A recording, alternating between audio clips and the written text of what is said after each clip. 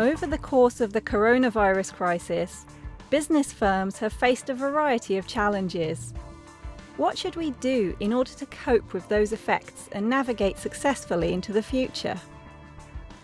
In this executive forum, Dr. Philip Tsai, Partner Emeritus of Deloitte China, talks about changes in the business community and the resultant demand on professional services. Good evening, everybody. Welcome to tonight's talk. I'm Renfred Wong. Hi, I'm Pooja Shukla from the Business School. It's my absolute pleasure to introduce to you Mr. Philip Tsai. Philip is a former chairman of Deloitte China, and Philip has more than 35 years of experience in managing and planning audits for large listed companies, and those are all multinational organizations. Philip is also a professional body member. To be specific, he is a fellow of HKICPA and ICAW. Currently, Philip is a partner emeritus of Deloitte China, and Philip is also contributing a lot of his time in various capacities. For example, he has a lot of roles in various governmental, community, and social services organizations. Philip and Pooja, I don't know if you agree, but I feel that 2020 has been such a quick year. So now when I think back, I can't really recall what I actually was doing or where I was in January 2020. Can you, Philip? First of all, thank you very much, Dr. Wong, for the very kind introduction. I'm extremely honored to be here this evening, chatting with Dr. Wong as well as Pooja, on some of the issues which have been happening since the onset of COVID-19.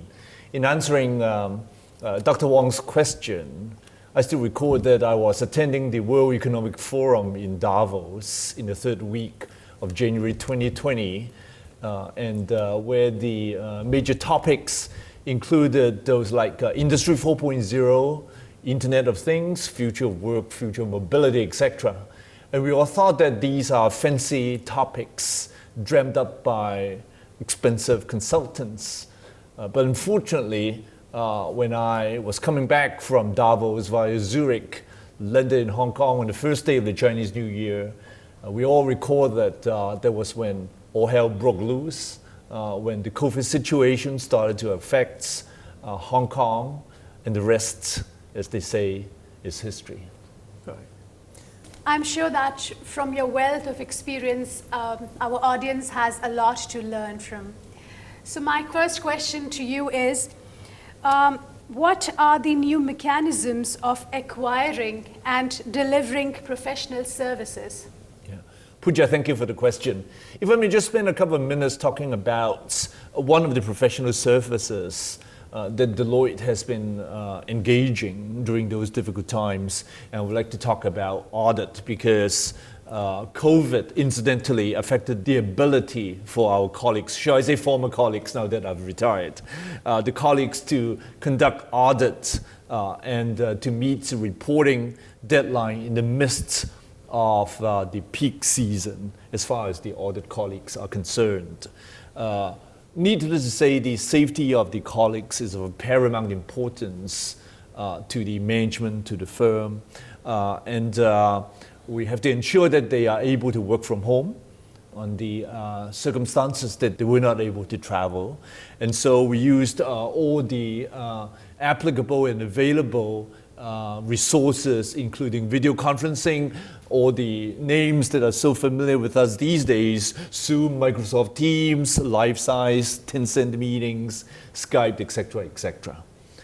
For the larger firms who were a bit more fortunate to be able to contract the offices or the other firms in the mainland to conduct some of those work because the colleagues were not being able to travel. Of course, in the absence of those arrangements, increased use of digitalization, online technology, cloud computing, as well as software were also very, very important because the audit colleague needs to work with the clients on a digital platform and transferring the files to the client portal to carry out their work.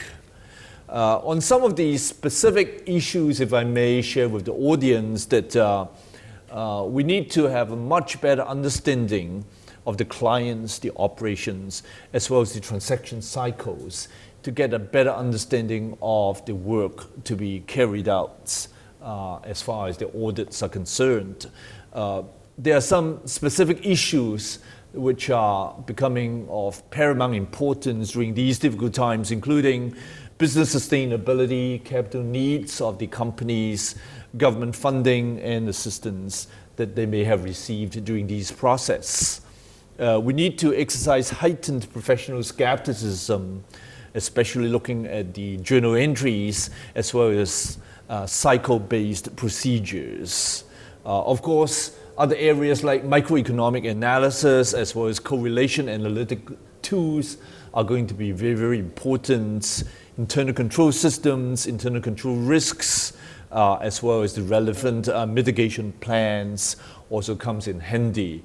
And of course, as I mentioned earlier on, in the midst of the very peak season, very busy season, financial reporting as well as disclosure deadlines also comes in very, very important. And if I could recall correctly, with the support of all the clients, the accountants, our colleagues, majority of the audits were being able to be completed before the reporting deadline of the end of March. And I guess we should count our blessings in working closely together with our colleagues as well as all the clients involved. Okay, thank you, Philip. I think that sounds like quite a bit of hard work. So my second question is, how are the professional services leaders adapting to these changes to better support the clients and their employees? This is a very good question, I guess, Pooja.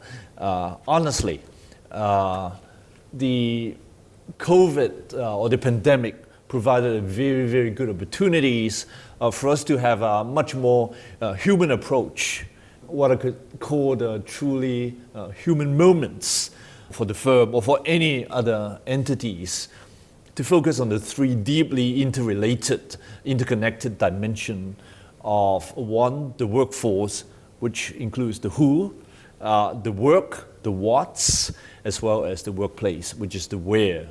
And that is also a good opportunity for any organization to speed up the digital transformation process, which created significant demand for the need to upskill the workforce.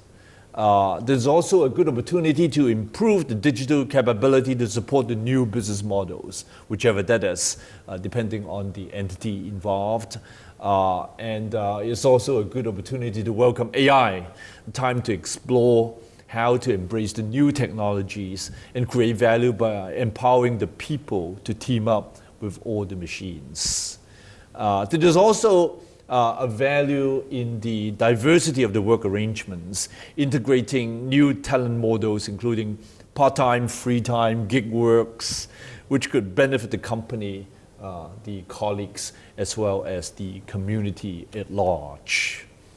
I would also say that in the midst of all these issues, we saw a shift from the physical to digital business growth, as well as the corresponding customer migration strategy. There's an increasing digital capability, upskills in the data analytics and the dashboard creation, big data, etc., etc. Of course, I would like to share with the audience that, incidentally, something like a year down the road, in 2021, Deloitte was engaged in the 2021 Deloitte Global Resilience Report, which is the result of an interview of more than 2,200 C-suite executives around 21 countries. And they talk about, after a year in the pandemic, those companies which are going to come out better than before are those which are more prepared, more adaptable, more collaborative, more trustworthy, and those who are responsible not only for the businesses but also for the community. Incidentally, actually, I have read this report. Oh, thank you very much, I guess, Pooja. Yeah. Philip, another thing I wanted to ask is, you spoke of digital transformation. So I want to ask this question from a very basic perspective that, let's say when it was 2019, how was auditing in terms of digitalization, and how it will be in 2025 when post the digital transformation era. So how will you see this transformation as? So in simple words, so because a lot of students are listening, so I want them to understand the era in which people like us have worked, and how when they graduate and when they go in the industry, how that era would be different from this one. That's a very interesting question, Pooja.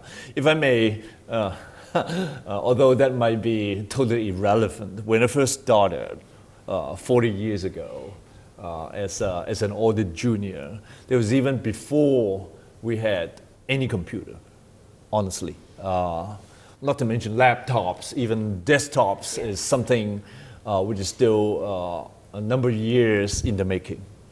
The only computers that we had at those times, prehistoric times, were the mainframes, which are as huge as a couple of these rooms. Yes, I agree. Connected together. And I think it was only in the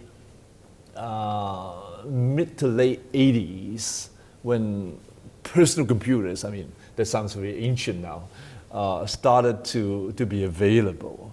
But getting back to your question, incidentally, digitalization of the audit process has started, I would say, over the last decade, gradually taking place to assist the audit practitioners in their effectiveness and the efficiency in carrying out their work, especially in an era of our clients located in different localities.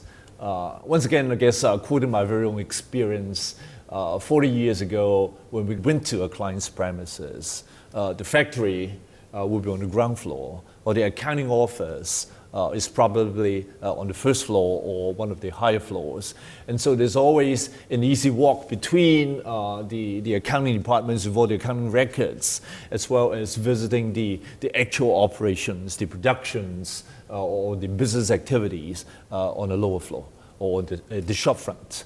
Yeah, but these days, we have clients having, say for instance, the management office somewhere in the business district, but the production and the business being carried out thousands of miles away in any of the places, either within mainland China or within the region or elsewhere on other continents. And so project management and how to link up between the accounting records or the accounting function with the actual production needs all the support from the digitalization provided by AI and all the relevant functionalities. And so actually it has been coming gradually. What I see is the pandemic only expedited the whole process because of the limitation in the traveling, a limitation in even coming to the office. I guess if we could all record a year ago, starting from last January, there has been a lot of restrictions in our movements. I mean, our colleagues in London, New York, a lot of other places, they weren't even allowed to go back to their offices. And incidentally, for a lot of those offices, our colleagues were not even allowed to come back even while we are speaking today. So that, as I mentioned earlier on, expedited the necessity of relying on digitalization, AI, and all the other tools that might help us carry out the actual work. Thank you, Philip. Philip, I hope you wouldn't mind, but I've got a pretty worrying scenario in mind. And what I've got in mind is that in the not too distant future, Do you think it would be possible at all that some audit firm partners or managers will be saying, look, because now machines can do most of the work, so we don't really need that many auditors? I'm asking this question because I've got the future job prospects of some of the students in mind. So do you think that day will ever come at all? Yeah, that's a very good question, Winfred. Incidentally, that question has been asked many times over the course of the last few years. We don't have the silver bullets, but I think, honestly, for someone who has been engaged in audit for more than 30 odd years, machine could not completely replace the human factor. Machine could do a lot of work, especially in the analytic side of things, the big data side of things. But when it comes to professional judgment, it's still the human mind and the experience which counts.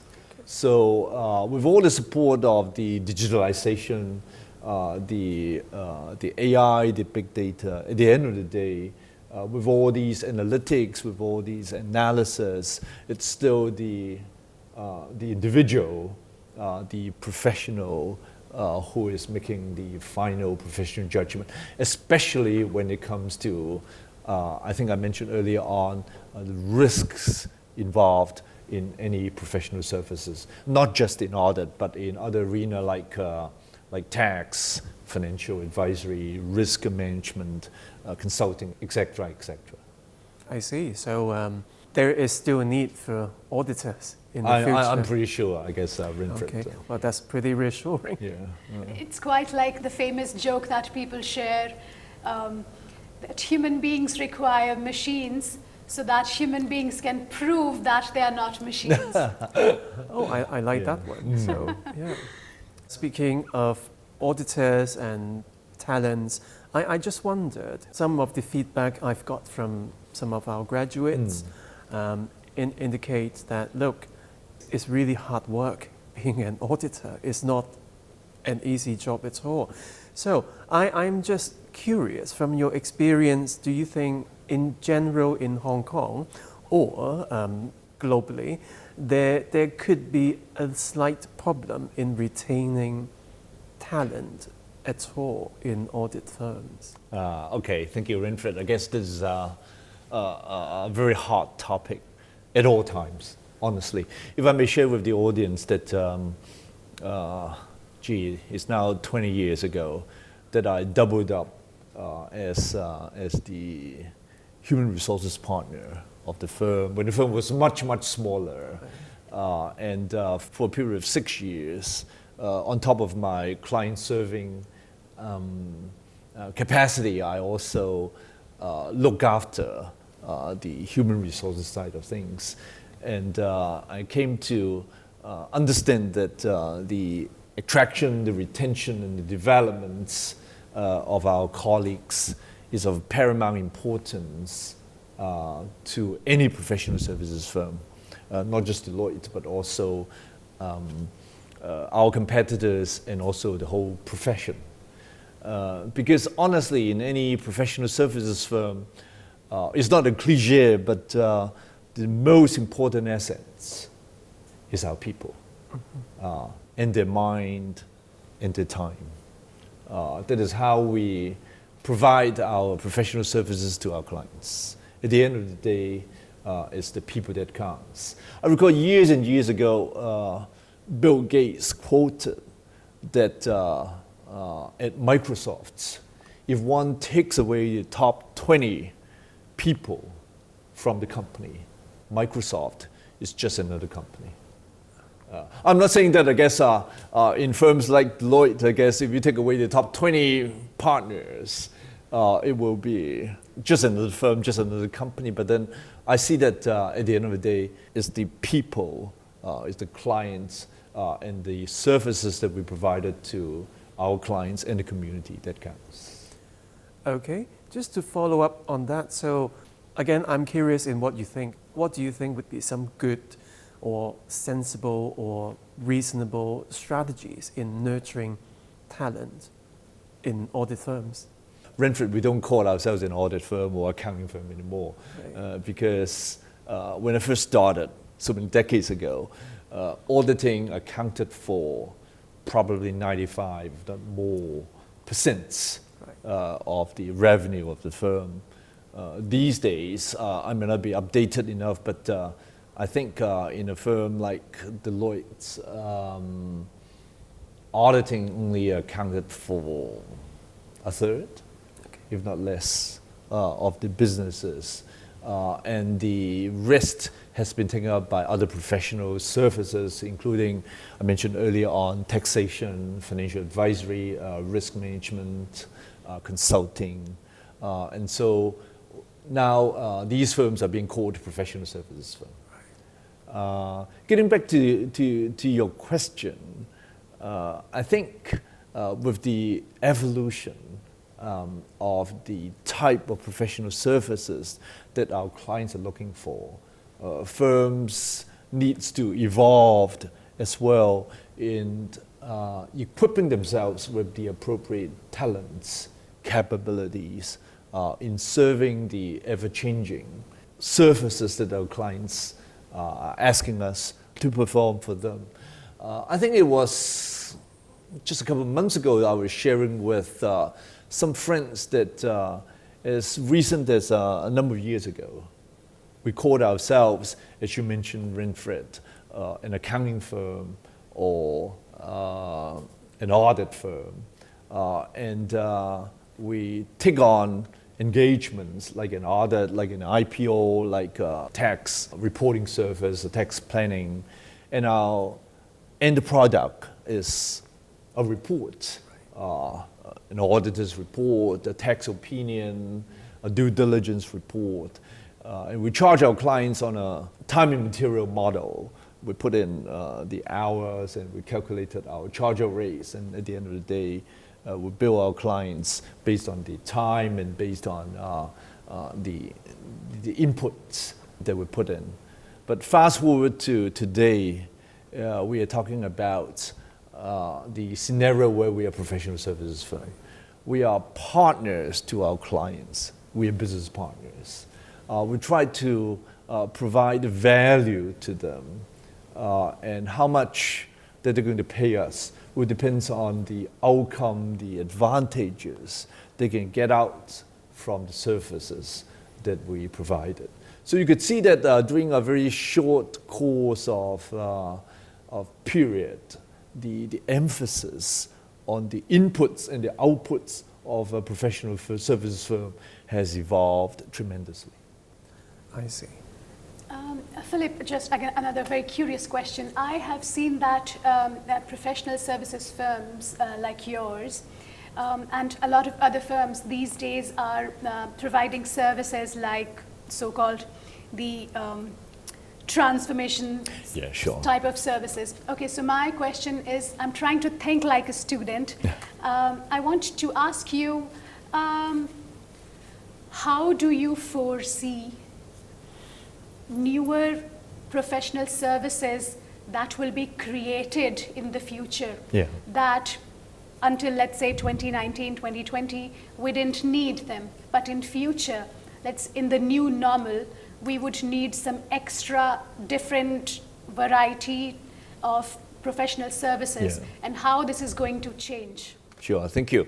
Pooja, I don't have a crystal ball, but then what I've seen over the course of the last year, post-COVID, I see that there are some changes in the business community and the resultant demand on professional services. I was thinking about those questions, preparing myself for this conversation, and I thought about over the course of the last year, 3 words actually appeared on a lot of occasions, and those are respond, recover, and thrive. These are not cliche, these are not the selling points of consultants, but then I see that the pandemic over the course of the last year, and unfortunately or fortunately, that is going to happen at least for the next couple of months, is that it has left and is going to leave lasting changes in the business community, good or bad, good or bad. We're talking about different business services that professional services firm could provide. I think one is the different business models, as you mentioned, the new normal. I would term it as the next new normal because it is going to change, I guess, periodically. I see that non-sustainable business models and industries will be hugely affected. I see for some of the affected industries, say for instance, airline, hospitality, retail, a lot of the significant changes as well as consolidation is going to happen. Client sentiments, behaviors, consumption patterns, production systems are going to be changed as a result of all the changes that we just talked about. Business restructuring is going to be more prevalent because business needs to be more resilient, cost needs to be reduced, AI and all the digitalization needs to be brought into the picture to assist the business to respond, to recover, and to hopefully thrive moving forward.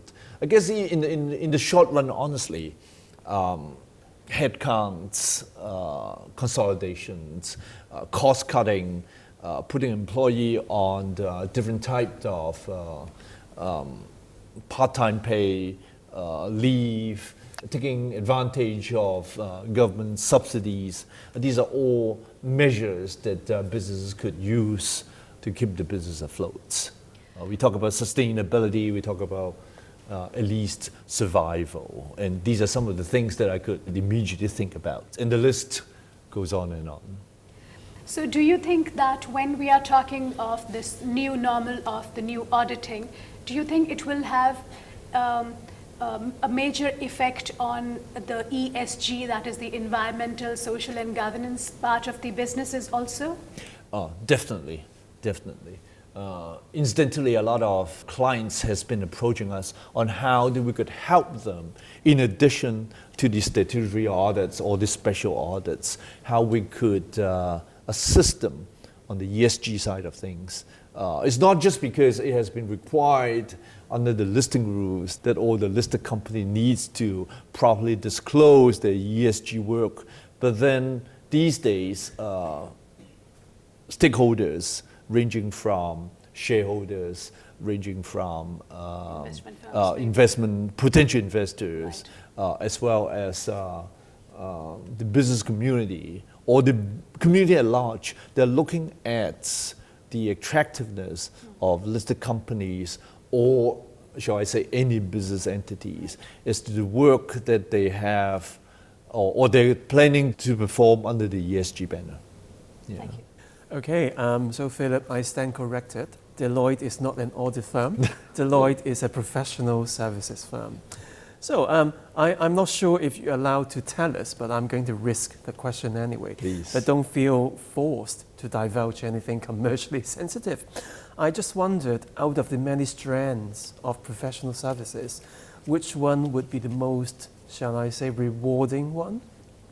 I have to clarify that I'm no longer with Deloitte. I've retired from the firm. So basically, I'm speaking from the angle of an overaged professional accountants. But I see a lot of potential in what we call the advisory side of things, advisory side of the professional service. Just to refer to what I mentioned earlier on, the 5 major business types in a firm like Deloitte are auditing, taxation, financial advisory, risk management, and consulting. In consulting, it ranges from, shall I say, strategies and operation to financial transformation to even human resources consulting. If we could use the last couple of years as the track record period, it's always the advisory side of things which has seen tremendous growth. And moving forward, based on both your and Pooja's question, areas like risk management, consulting from strategies, looking into the next new normal, to financial advisory, potential M&A, because of all the changes in the business environment. These are definitely some of the very hot topics or areas that professional services firm could provide services to their clients. I see. Just something out of interest, really. In my younger days, I used to look at sustainability reporting or reporting on ESG matters from an academic perspective.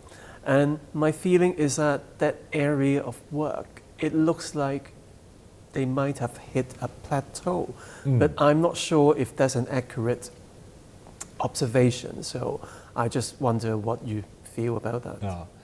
My humble opinion, I don't think that has plateaued at all. Pooja, you talk about ESG, sustainability, and all these stuff, shall I say.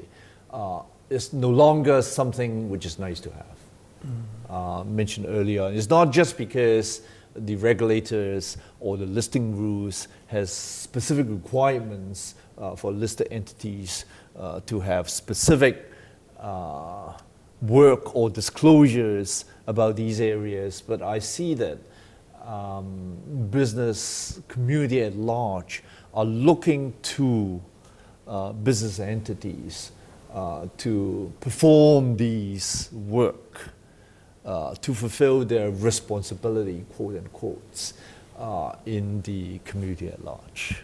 It's not something that we thought that, oh gee, we have to do it because that is going to enrich the annual reports.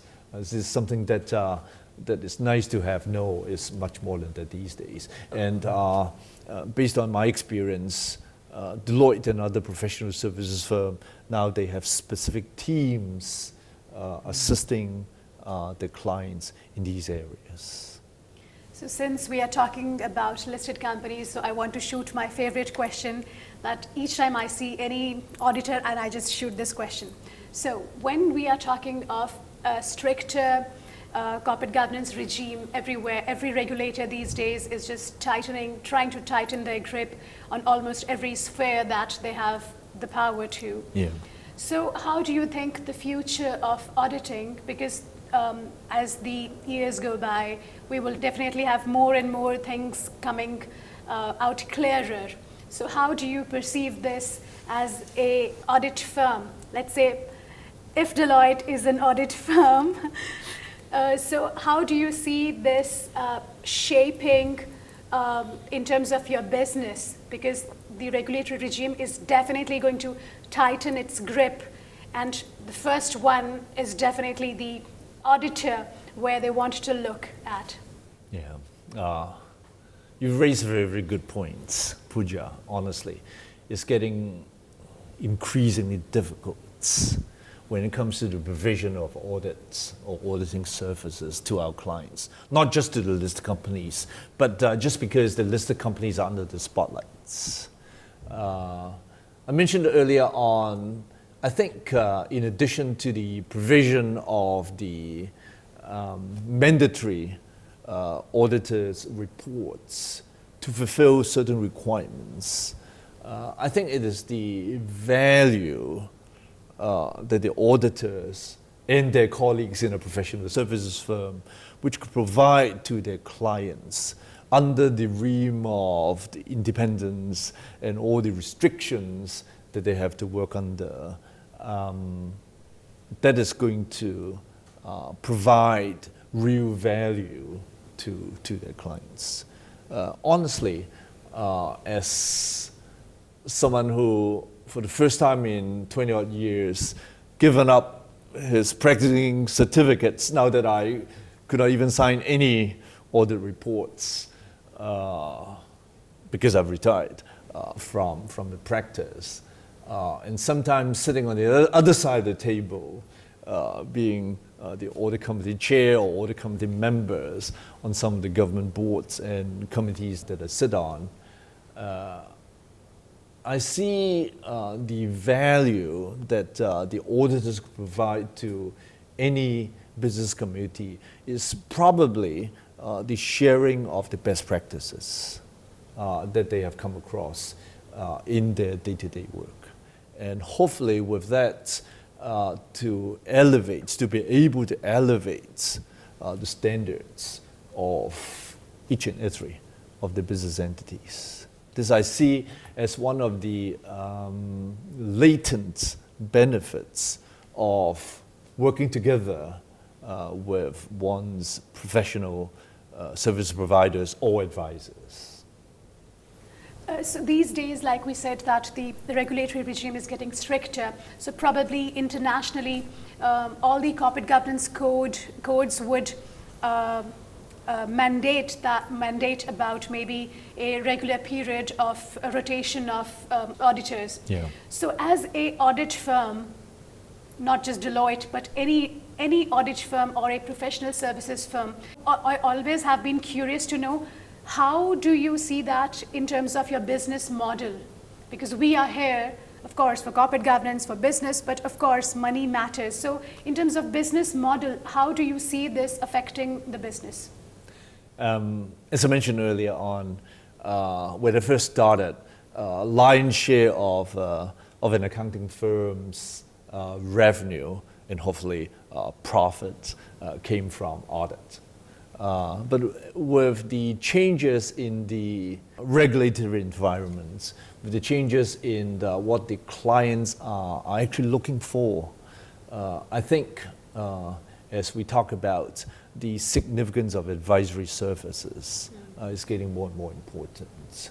And of course, I guess with due respect to the regulators, there are more and more stringent requirements when it comes to the independence of auditors, when it comes to rotation of auditors, and all the issues that it brought along.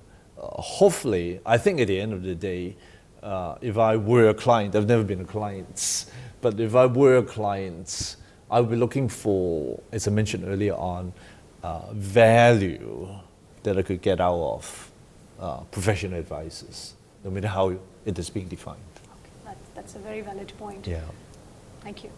I just wondered, do you think people working in professional services firm, they may see themselves slightly differently compared to, say, pre-COVID-19? Yeah. That's a very good question, and hopefully I'm not going to step on the toes of any of my former colleagues or fellow professionals, but the pandemic, I think, once again, as I mentioned earlier on, expedited the process of change. And I see that, as Albert Einstein mentioned, in any crisis lies huge opportunities.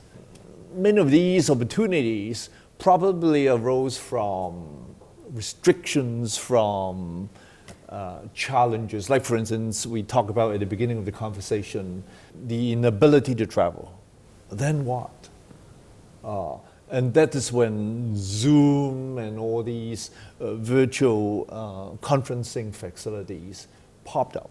I still recall in the very early days of Zooms, there are much less functionalities. Yes. Right. You're going to see someone on the screen, which is basically magic, as recent as a year ago.